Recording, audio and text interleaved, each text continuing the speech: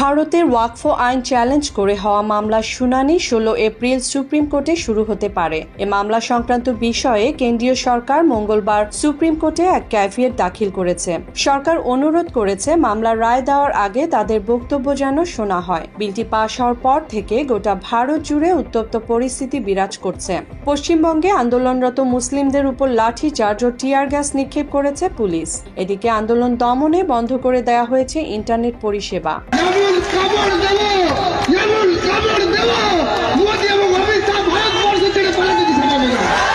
এ আইনের সাংবিধানিক বৈধতা চ্যালেঞ্জ করে সুপ্রিম কোর্টে ইতোমধ্যে অন্তত 15টি মামলা করা হয়েছে। মামলাগুলো দ্রুত শোনার আর্জি জানিয়েছিলেন আবেদনকারীরা। সুপ্রিম কোর্টের প্রধান বিচারপতি সঞ্জীব খান্না আবেদনকারীদের বলেছিলেন, সর্বোচ্চ আদালতের ব্যবস্থা অনুযায়ী মামলা লিপিবদ্ধ করা হবে। 16 এপ্রিল মামলা শুনতে সর্বোচ্চ আদালত রাজি হয়েছেন। ওয়াকফ বিল পাশ হওয়ার পর রাষ্ট্রপতি দ্রৌপদী মুর্মু তাতে সম্মতি দেয় সেটি আইনে রূপান্তরিত হয়েছে। কেন্দ্রীয় সরকার গত মঙ্গলবার আইন কার্যকর করার বিজ্ঞপ্তি জারি করে। গত মঙ্গলবারই নতুন আইন সারা দেশে বলবৎ করা হয়েছে। এ আইনের বিরুদ্ধে বিক্ষোভ চলছে ভারতের নানা শহরে। এরই মধ্যে পশ্চিমবঙ্গের মুর্শিদাবাদ জেলার বুধবার দুপুরে এই আইন বিরোধী বিক্ষোভ থেকে আবারও সহিংসতার খবর এসেছে। এর আগে মঙ্গলবার ওই জেলারই রঘুনাথপুরে সহিংসতা ঘটেছিল।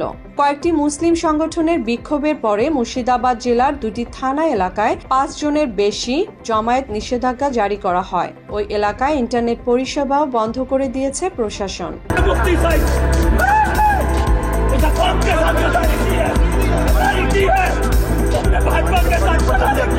মঙ্গলবার রাত পর্যন্ত ওই সহিংসতায় পুলিশের বেশ কয়েকটি গাড়ি জ্বালিয়ে দেওয়া হয়েছে এবং ভাঙচুর চালানো হয়েছে কিছু আবাসিক ভবন ও দোকানেও। এদিকে বুধবার সুতি থানা এলাকায় আবারও সহিংসতা হয়েছে। ওয়াকফ प्रॉपर्टी लेके आप भरोसा रखिए बंगाल में ऐसा कुछ नहीं होगा जिसमें कोई डिवाइड एंड रूल होगा। এছাড়া মণিপুর, গুজরাট, তামিলনাড়ু, কর্ণাটক, কলকাতা সহ বিভিন্ন স্থানে বিক্ষোভ হয়েছে।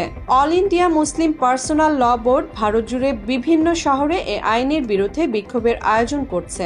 মণিপুরের ইম্ফল উপত্যকার কিছু অংশে ওয়াকফ আইনের বিরুদ্ধে ব্যাপক বিক্ষোভ হয়েছে। আর এই বিক্ষোভে অংশ নিয়েছেন হাজার হাজার নারী, পুরুষ ও শিশু। বিক্ষোভকারীরা এদিন মানববন্ধন করে বিতর্কিত এই বিলের বিরুদ্ধে স্লোগান দেন এবং বিক্ষোভ সমাবেশ করেন। মুসলিমা জাহান মিতু, বাংলা এডিশন।